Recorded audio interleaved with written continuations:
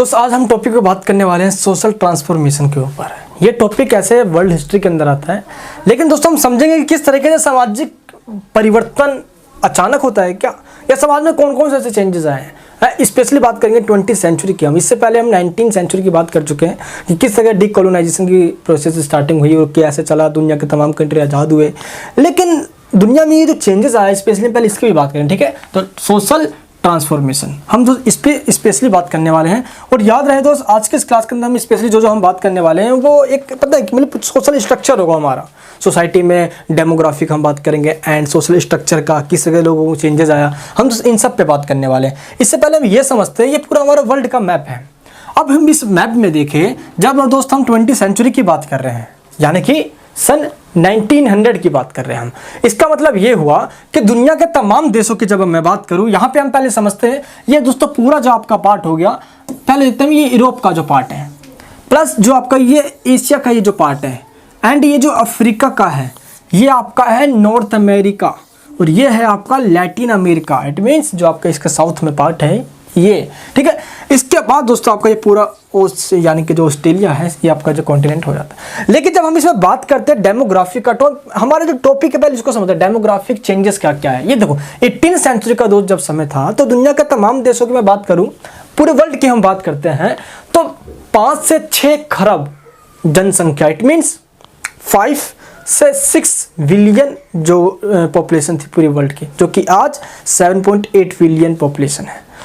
यही दोस्त हम बात करते हैं तो यूरोपियन कंट्रीज के अंदर जो पॉपुलेशन की जब हम बात करते हैं, तो एशियन कंट्रीज के मुकाबले यूरोपियन की पॉपुलेशन कम हुआ करती थी। वही जब हम बात करते हैं दोस्त नॉर्थ अमेरिकन की, तो पॉपुलेशन तो कम है, लेकिन एशिया और अफ्रीका के मुकाबले, यानी कि एशिया और पूरे अफ्रीका के मुकाबले में डेमोग्राफिक यानी कि अगर हम बात करें पॉपुलेशन के कंपैरिजन में, तो इनकी पॉपुलेशन ज़्यादा निकलेगी, आपको ज़्यादा मिलेगी आपको, है ना। लेकिन इनका जो पॉपुलेशन है बेशक कम है, लेकिन जो सिटीज़ के मामले में जो डेवलप्ड कंट्रीज़ के रूप में जाने जाते हैं, ये स्टार्टिंग से प्रोसेस रहा है। तो ये जो औद्योगिक क्रांति जब आया आपका इंडस्ट्रियल रेवोल्यूशन, इसने पूरी दुनिया के स्ट्रक्चर को चेंज कर डाला। क्यों? क्योंकि जो पहले एग्रीकल्चर वेस्ट हमारी सोसाइटी हुआ करती थी, अब वही industrial waste, it means cities में जाके क्या हो रहे हैं, चेंजेस होने स्टार्ट हो रहे हैं। यानी कि अब गांव से नहीं, अब विलेज में नहीं, प्लस अब रोजगार के लिए, एम्प्लॉयमेंट के लिए अब सिटीज़ में जा रहे हैं। और इस तरीके से हमारा जो हम जब पूरी बात करते हैं डेमोग्राफी की, तो यूरोपियन कंट्रीज़ की पॉपुलेशन और एशियन कंट्रीज़ की पॉपुलेशन में बहुत बड़ा अंतर था। और इस अंतर को दिखाने के लिए पहले इस चीज़ को समझते हैं यहाँ पे कि दुनिया के तमाम कंट्रीज़ के अंदर चाहे जैसे भी तरह के लोग रहते हो, लेकिन दोस्त दिक्कत यहाँ पे ये आया क्या, अर्बनाइजेशन ने पूरी सोसाइटी को पूरा चेंज कर डाला। अब जब मैं आपको इसमें चार्ट में समझाना चाहता हूँ, अच्छे समझना। ये देखो, ये है नॉर्थ अमेरिका यूएसए वाला जो पूरा पार्ट है। 75% ऐसी इसकी पॉपुलेशन हुआ करती थी जो सिटीज़ वगैरह में रहा करती थी। यहाँ पे देखिए 54% of the world's population now lives in cities है। जैसे ये अर्बनाइजेशन का प्रोसेस स्टार्ट हुआ, दुनिया के तमाम कंट्रीज़ के लोग शिफ्ट होने लगे कहाँ पे, अर्बन यानी कि सिटीज़ के अंदर। तो 54% एक रेशियो में निकाला गया। तो ये देखो ना यार, जब भारत के अंदर भी, यानी कि जब हम 20वीं सेंचुरी की बात करूँ, तो 82% लोग भारत के अंदर, बता रहा हूँ 20वीं सेंचुरी के अंदर गांव में रहा करते थे। बाकी दोस्तों ये जो बच गए 18% ये लैंडलॉर्ड्स हुआ करते थे, जो कि शहरों में रहा करते थे। यूरोपियन कंट्रीज़ की बात करें तो हाँ, यहाँ पे कुछ ज़्यादा था कि मिडिल क्लास के लोग वगैरह भी, यानी कि जब स्टार्टिंग में जब आने लग गए तो हम सिटीज़ में होने लग गए। लेकिन जो पूरा जो वर्ल्ड का ये जो आप देखेंगे ना यहाँ पे, तो दुनिया के तमाम कंट्रीज़ के अंदर, जैसे कि नॉर्थ अमेरिका की बात करूँ, तो 87% लोग शहरों के अंदर रहते हैं। कितने परसेंट? 87% लोग शहरों के अंदर हैं। लैटिन अमेरिका में दोस्तों स्टार्टिंग से आप जब देखोगे तो लगभग 86%, जो कि पहले 71% था, 86% शहरों में शिफ्ट हो गए हैं। है, जो कि आप देखोगे यार, थोड़ा इसका लैटिन अमेरिका जब इतिहास उठाओगे आप, है, तो शहरों के अंदर सिर्फ 6% लोग रहा करते थे, बाकी सारे गांव में एग्रीकल्चर पे वेस्ट हुआ करता था। एंड तो जब हम यूरोपियन की बात करें तो इस समय भी 82% लोग शहरों में रहते हैं। आप बोलोगे कि यूरोपियन में भी गाँव है क्या, पता गांव, इसका मतलब ये हो गया कि 82% लोग ऐसे हैं जो बिल्कुल कह सकते हो बिल्कुल इलियट क्लास में है यूरोपियन कंट्रीज़ में। और 82% का ये आंकड़ा भारत के अंदर गांव में लोग रहा करते थे, एक समय था भारत के अंदर भी। हाँ, लेकिन आज तो है रेशियो में पूरा चेंजेस आ चुका है। एंड दोस्तों ओशियानिया की बात करें तो 74% है। ठीक है। एंड एशिया जो हमारा है भाई, उसके अंदर 64% लोग जो है वो शहरों में रहते हैं, अफ्रीका के अंदर 56%, और वर्ल्ड वाइड दोस्तों हम निकाले तो ऑलमोस्ट कह सकते हैं कि रेशियो में 66% लोग आज शहरों में रहते हैं एंड 34% लोग आज भी गाँव में रहते हैं, है ना। वर्ल्ड के एक हम मतलब कि एक मोटा मोटा हम एवरेज निकाल लेते हो।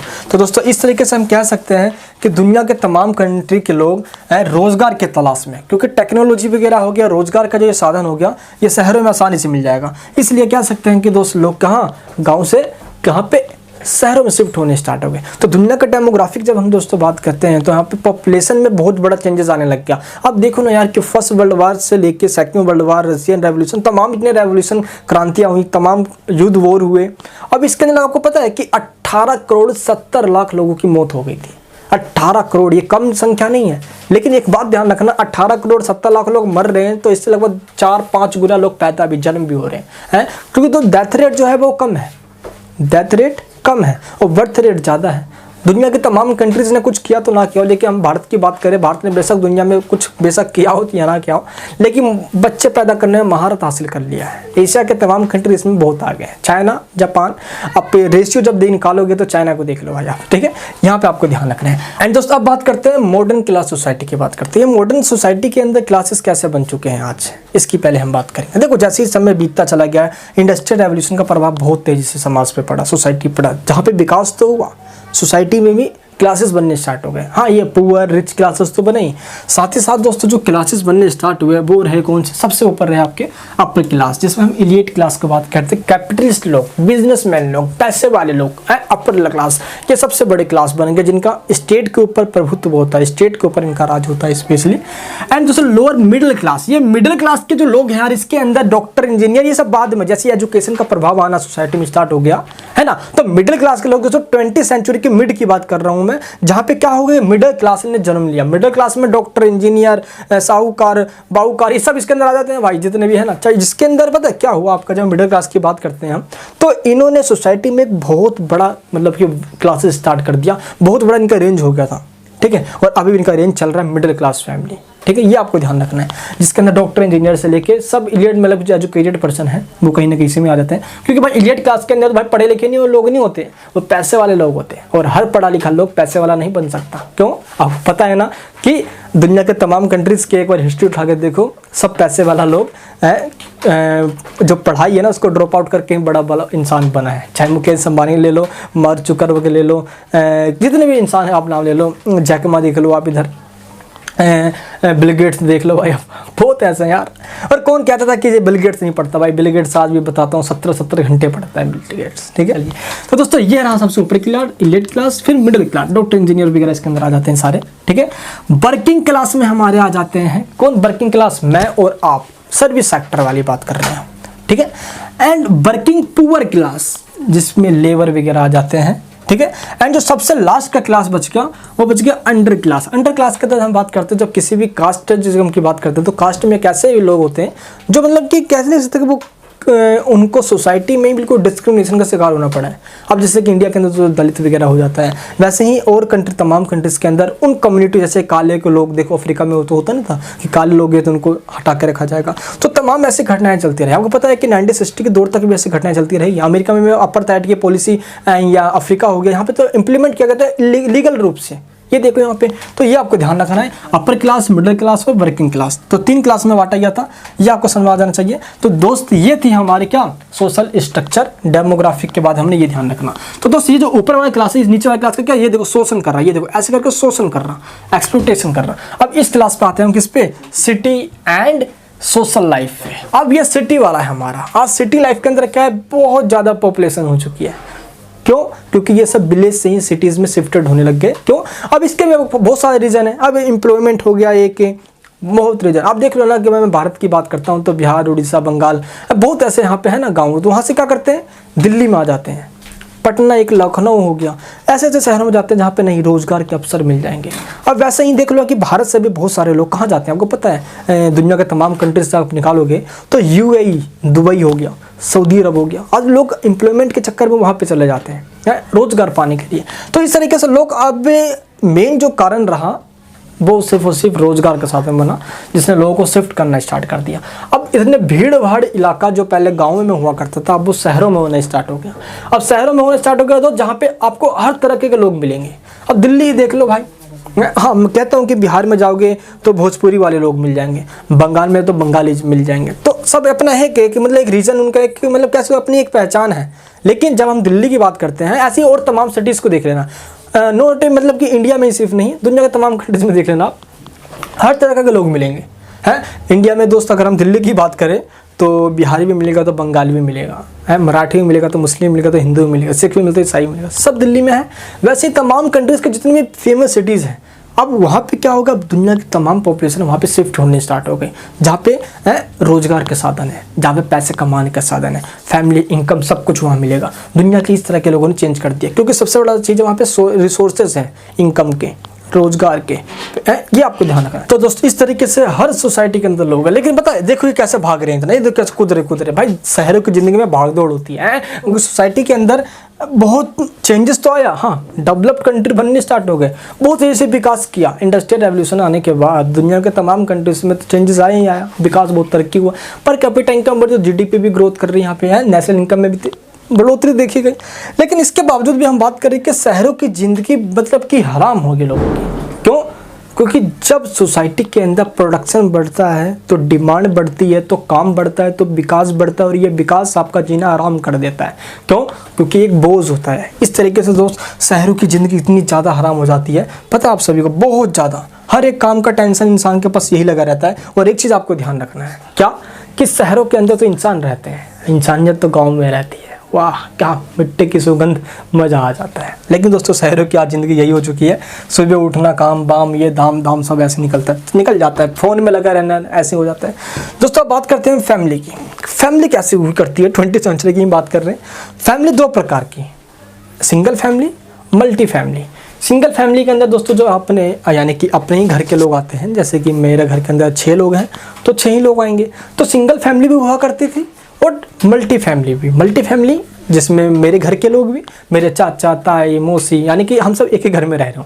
तो इस तरह की फैमिली 20वीं सेंचुरी के अंदर बसनी स्टार्ट हुई। तमाम कंट्रीज़ की बात कर रहा हूँ मैं, चाहे यूरोपियन और लैटिन अमेरिकन और नॉर्थ अमेरिकन कंट्रीज़ क्यों ना हो। एशियन कंट्री के अंदर दोस्तों कौन अपने घरों के अंदर आदमी दोस्त होता है, लेकिन आज पता है ना कि कोई भी मौसी ताई आ जाते हैं, अरे कब जाएगी यहाँ से, कब जाएगी यहाँ से, यार बहुत हमारे घर में ऐसा होता रहता है यार। हमारे मतलब इंडियन फैमिली की एक स्ट्रक्चर बता रहा हूँ, और मोस्टली लोग ऐसे नहीं है, लेकिन भारत में दोस्तों सिंगल फैमिली देखा जाता है। तो सिंगल फैमिली की यहाँ पे बात इंडिया के अंदर जब हम बात करते हैं फैमिली की, तो महिलाओं के रूप में जितने भी हाउस होल्ड वुमेन्स हैं वो सबके सब प्रोडक्शन के कार्यों में भी लगी रहती है। ऐसा नहीं है कि महिला है तो स्पेशली उनका काम क्या होता है, घर बार देखना, बच्चों को संभालना। लेकिन दोस्त वुमेन्स के रूप में सभी महिलाओं ने भी प्रोडक्शन के कार्यों में, टेक्नोलॉजी के कार्यों में, बैंकिंग सेक्टर के अंदर, सभी सेक्टर के अंदर अपना काम और यानी कि घर को संभालते हुए और काम को भी करना स्टार्ट किया। तो 20वीं सेंचुरी के अंदर ये सबसे बड़ा चेंज था कि मेल के साथ फीमेल ने भी काम करना स्टार्ट किया। ये आपको ध्यान रखना है। और दोस्तों इस तरीके से हर एक सेक्टर के अंदर, चाहे सेक्टर कोई सा भी हो, देख लिया आप, चाहे सेक्टर कोई सा भी हो, हर एक सेक्टर के अंदर महिला आगे रही है। ठीक है। अब एक चीज़ दोस्तों आपको ध्यान रखना है कि women's equality and feminism topic की वीडियोस डाल चुका हूँ मैं पहले ही, देख लेना, उसको भी लिंक नीचे डिस्क्रिप्शन में है। यहाँ पे हम बात करते हैं कि वुमेन्स इक्वलिटी की डिमांड क्यों आ रही है। आपको पता है दोस्त 20वीं सेंचुरी में इंसान विकास तो कर रहा है, तेजी से आगे बढ़ रहा है, जनसंख्या बढ़ रही है, पॉपुलेशन बढ़ रही है, टेक्नोलॉजी बढ़ रही है, तमाम तरह की चीज़ें बढ़ रही है। लेकिन एक चीज़ है जो महिलाओं को हमेशा तंग करता रहा है, वो है right to vote, right to work और पेट्रियार्की सिस्टम का एंड करना, एंड टू पेट्रियार्की सिस्टम। अब ये सिस्टम क्या है? अब राइट टू वोट का आपको पता है कि अमेरिका हो गया, फ्रांस हो गया, रसिया हो गया, तमाम कंट्री के अंदर महिलाओं को अधिकार तक नहीं मिला था। भारत में महिलाओं को सबसे पहले वोट डालने का अधिकार 1919 एक्ट के द्वारा दिया गया था, 1919 एक्ट के द्वारा, पता होता आप सभी को। तो महिलाओं को दोस्त उस समय मिल गया था, भारत जब आज़ाद हुआ तो शुरुआत से ही महिला और पुरुष सबको अधिकार दिया गया, ऐसा कोई डिस्क्रिमिनेशन था नहीं। लेकिन वेस्टर्न कंट्री के अंदर 1950 के आसपास तक बहुत कम ऐसे कंट्रीज रहे जहाँ पर महिलाओं को अधिकार था। अब देख लो ना भाई कि 1900 यानी कि 30 का डिकेड से उसमें जाके अमेरिका ने, फिर जाके फ्रांस ने, फिर ब्रिटेन ने महिलाओं को वोट डालने का अधिकार दिया। इन कंट्री में भी नहीं था। सऊदी अरब जैसे कुछ मॉडर्न कंट्रीज़ के अंदर हो गया, इस्लामिक कंट्रीज़ वगैरह, वहाँ भी महिलाओं को बहुत, जैसे कि सऊदी अरब देख लो भाई, बोट मतलब कार चलाने तक का अधिकार नहीं था, आप जाकर वहाँ पे कार का अधिकार है, बोट का राइट मिला। तो महिलाओं को ऐसा प्रताड़ना क्यों सहना पड़ा? तमाम कंट्रीज़ के अंदर इसको देखा गया। इसलिए जो महिलाओं की इक्वलिटी की बात करती हो, जो महिलाओं की राइट्स की बात करती है और जो कहते हैं कि हमें यानी कि जो वुमेन्स हैं वो मैन के इक्वल है ना, बस हमें इतना ही चाहिए। महिलाओं का क्या कहना है, हमें वो यानी कि मैन के ज़्यादा मतलब कि ज़्यादा स्पेशल राइट नहीं चाहिए, नहीं, हमें बस इन दोनों को इक्वल ही रखना है। इसी को तो फेमिनिज्म कहते हैं। और फेमिनिज्म जितने भी नारी हैं, जो भी ऐसे लोग हैं जो मेन और वुमेन यानी कि जो मैन वुमेन्स की जो बात करते हैं कि दोनों इक्वल हैं, वो सब के सब फेमिनिस्ट है ना। सिमोन द बुआ हो गई, है ना, माइकल सैंडल हो गए, ये सब जो नाम बता रहे हैं ये सब फेमस फेमिनिस्ट हैं जो दुनिया के तमाम कंट्रीज़ के अंदर महिलाओं के अधिकारों की बात करती है। ये आपको ध्यान रखना है, ठीक है। चलिए, यूसुफ मलाला यार पाकिस्तान के देख लो भाई, एजुकेशन पे काम कर रही है। तो तमाम कंट्रीज़ के अंदर है ऐसे। भारत में देख लो ना यार कि हाँ कुछ प्रथाएं भारत में भी बहुत ऐसी रही है। सती प्रथा देख लो, अब ऐसी प्रथा की इमेजिनेशन करना ही मतलब कि बहुत बड़ा ऐसा लगता है यार ये ऐसा सिस्टम हुआ करता था क्या, लेकिन सोचो यार ये भी हुआ ही करता था। इंडियन सोसाइटी सच्चाई है ये। तो ऐसे तमाम कस्टम्स ट्रेडिशन हमारी चलती आई है। तो उसी ट्रेडिशन के अंदर महिलाओं को दबा के प्रेशराइज करके रखा गया है। अब मनुस्मृति का नाम सुना होगा आपने। मनुस्मृति में क्या कहा गया, उसमें ये कहा गया कि जो महिला है ना वो बच्चे में अपने पापा के अंडर में, जब शादी हो जाएगी तो अपने पति के अंडर में, और जब वो महिला बुढ़ी हो जाएगी, बुढ़िया हो जाएगी वो, तो अपने बच्चों के अंडर में रहेगी। यानी कि महिलाओं को शुरुआत से ही ऐसा कहा, मतलब समझ सकते हो कि क्षमता के मामले में पुरुषों को हमेशा से ऊपर माना गया। इसलिए ये पेट्रियार्की सिस्टम के एंड की बात करते हैं। पेट्रियार्की मतलब होता है पुरुष प्रधान, जहाँ पे सभी राइट्स और सभी प्रॉपर्टी पे पुरुषों का अधिकार होगा, है ना। घर में जो भी मेल हो, सबसे बड़ा बेटा हो, उसका अधिकार होगा। महिला तो सिर्फ इसके एंड की बात करते हैं, क्योंकि 99% जो समस्या है, प्रॉब्लम है, वो पेट्रियार्की सिस्टम है। जिस दिन ये अंत हो गया सोसाइटी में सब कुछ ही नहीं हुआ। लेकिन हाँ, आज 20वीं सेंचुरी की बात करूँ, 21st सेंचुरी में दोस्तों आज हम हैं, मेंटलिटी में चेंज आया है। लेकिन आज भी कुछ गांव देहात है जहाँ पर दहेज प्रथा नामक बहुत भयंकर चीज़ चल रही है, इसको ख़त्म करने की ज़रूरत है। लेकिन आज भी लोग शौक से दहेज मांगते हैं। लड़का सरकारी नौकरी करता है तो बड़ा भयंकर डिमांड कर देते हैं, लेकिन ये नहीं सोचते कि बेटी के बाप पे क्या बीतेगा। चलिए दोस्तों, तो ये सारी यहाँ पे बात होगी कंप्लीट है। तो इस तरीके से हम कह सकते हैं कि तमाम कंट्रीज आज हर एक सेक्टर के अंदर आगे हैं। तो इक्वलिटी के मामले में सभी को इक्वल मानना चाहिए, चाहे लड़की हो या लड़का हो। अब हम बात करते हैं किसी में चेंज इन वर्क पैटर्न में, काम के तरीके में भी चेंजेस आ गया 20वीं सेंचुरी के अंदर। 20वीं सेंचुरी यानी कि मैं जब बात करता हूँ 18वीं सेंचुरी की, है ना, इंडस्ट्रियल रेवोल्यूशन से पहले का जीवन और इंडस्ट्रियल रेवोल्यूशन के बाद के जीवन में बहुत बड़ा चेंज आया। अब एक सोचो ना जरा एक बार, अभी आप घर पे बैठे हो और इस वीडियोस को देख पा रहे हो, मैं आप सबके लिए वीडियोस बना पा रहा हूँ। अब 20वीं सेंचुरी 21st सेंचुरी में तो ये सब बहुत तेज़ी से बढ़ा आ गया। 21st सेंचुरी अब क्रांति आ गई है, आईटी क्रांति कहते हैं ना इसको, है आईटी रेवोल्यूशन आ चुकी है। ऐसा क्यों पॉसिबल हो पाया है? ओनली साइंस के तरक्की के कारण, साइंस आगे बढ़ रहा है, टेक्नोलॉजी आगे बढ़ रही है, इसके कारण से। तो इसीलिए जो काम का तरीका उसमें चेंज आ गया। लोग पहले एग्रीकल्चर पे बेस्ड थे, हैं, हाथों से काम करते थे, शिल्प उद्योग जो हैंडीक्राफ्ट जो हमारा इंडस्ट्री है, लेकिन इसको घाटा हुआ, इस पूरा नष्ट कर दिया गया इसको, क्योंकि इंडस्ट्री बेस्ड सोसाइटी आ गया, कारखाने लग गए। ये आपको ध्यान रखना है, ठीक है। अब क्या हुआ दोस्त, हाथों से वही काम जो काम कर रहा है इंसान 100 दिनों के अंदर, अब वही काम मशीन 2 दिन में कर देती। अब वही काम दोस्त पहले हम अलमारियों में बड़े बड़े फाइलों में लगा के रखा करते थे, लेकिन अब वही चीज़ ये छोटा सा लैपटॉप है, कंप्यूटर है, ये कर देता है। सिंपल एक इंसान बैठेगा, सारा काम कर देगा, सब काम हो जाता है। जैसे जैसे दोस्तों समय बदलता गया, ये देखिए भाई, जैसे जैसे समय बदलता गया लोगों में चेंजेस आता गया। ये देखिए भाई, लैपटॉप हाथ में रहता है सबके, ये हो गया, ठीक है। तो सोसाइटी में चेंज आया, किसमें? लोगों ने अब कंप्यूटर यूज करना स्टार्ट कर दिया, कंप्यूटर वगैरह, टैब वगैरह, ये सब नए नए चेंजेस है। काम के तरीकों को इसने चेंज कर डाला, ये आपको ध्यान रखना है, ठीक है। ट्रांसपोर्ट के अंदर भी बहुत बड़ा चेंजेस आया। चलिए, सोशल एंड फोन लिखना मत बोलना है। ग्राम वेल्स टेलीफोन का आविष्कार किया था, है जेम्स वोट है भाप इंजन का आविष्कार किया था, ये आपको ध्यान रखना। तो इस तरीके से काम का तरीके बहुत बड़े चेंजेस आने स्टार्ट हो गए। सोशल एंड पॉलिटिकल ऑर्गेनाइजेशंस, अब दोस्तों बात करते हैं सोशल एंड पॉलिटिकल ऑर्गेनाइजेशन। जैसे समय बीतता गया सोसाइटी के अंदर प्रेशर ग्रुप्स, ट्रेड यूनियन, तमाम तरह के संगठन बनने स्टार्ट हो गए हैं, जो अपनी राइट्स के लिए हमेशा स्ट्रगल करना पड़ता है इनको। अब ये भारत में ही हो, अब देखो किसान यूनियन है, किसानों की डिमांड कर रहे हैं, एमएसपी की बात कर रहे हैं, मिनिमम सपोर्ट प्राइस। अब इससे क्या होता है कि किसानों की हालत आज से थोड़ी यार, अब इतिहास उठा के देखो ना, तभी तो जय जवान जय किसान का नारा दिया, भारत की बात कर लो। अब आप देखो ना, भारत हो गया, इधर चीन हो गया, इधर अफ्रीका के तमाम कंट्रीज हो गए, क्यों? क्योंकि एशिया अब जापान को हटा दे तो एशिया में भाई तमाम कंट्री में ऐसे तंग मतलब कि इकोनॉमिक कंडीशन खराब ही रहती है। हाँ, जापान है तो थोड़ा तरक्की पे भाई, इस समय प्रोग्रेस तगड़ा कर रहा है वो। अब अफ्रीका में देख के हम तो तमाम कंट्रीज ऐसा ही हैं। तो इन कंट्रीज़ के अंदर तमाम लोगों को अपनी मांगों को उठाने के लिए ऑर्गेनाइजेशन बनाना पड़ा। अब ये पॉलिटिकल पार्टीज़ के रूप में हो सकती है, और प्रेशर ग्रुप या एनजीओज के रूप में भी हो सकती है, नॉन गवर्नमेंट ऑर्गेनाइजेशन के रूप में भी हो सकती है। ये आपको ध्यान रखना है। तो दोस्तों तमाम कंट्रीज़ के अंदर ये सब तो हुआ ही हुआ, साथ ही दुनिया के अंदर सोशलिज्म और कैपिटलिज्म दो तरह की विचारधाराएं भी पैदा हुई, क्योंकि इंडस्ट्रियल रेवोल्यूशन के बाद दुनिया ने जब विकास करना स्टार्ट किया तो एक तो अमीर हो गया, एक तो गरीब रह गया। अब अमीर गरीब का एक्सप्लोटेशन कर रहा है, इसी को उठाने का काम किया सोशलिज्म ने। अब सोशलिज्म में कार्ल मार्क्स ने जब ये बोलना स्टार्ट किया, दुनिया के तमाम कंट्रीज ने उसको बोला भाई हाँ भाई ये। तो इस तरीके से आज जो संघर्ष चला पूरा हमारा 20वीं सेंचुरी के ऑनवर्ड्स, यानी कि कह सकते हैं कि 1970 में रशियन रेवोल्यूशन हुआ, उसके बाद लेनिन के द्वारा ये सब जो किया गया तामझाम इंडस्ट्रियल रेवोल्यूशन में सारी कमियों को गिनाया गया कि किस तरीके से दो क्लासेस खड़े हुए।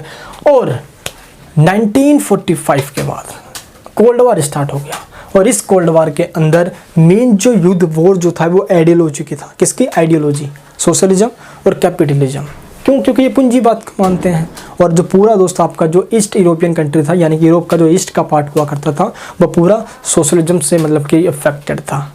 ये आपको ध्यान रखना है। तो दोस्त इस तरीके से दुनिया ने विकास तो किया, लेकिन इसके कुछ अपने ही, अब पता है आपको कि हम जब भी विकास करते हैं तो इन्वायरमेंट पे बड़ा तगड़ा इफेक्ट पड़ता है, और इसी इन्वायरमेंट को नुकसान जो पहुंचा रहे हैं ना आज हम, यही हमारी एक दिन ऐसे तैसे कर देगा। हमारे मौत का कारण दोस्त एक दिन यही बनने वाला है।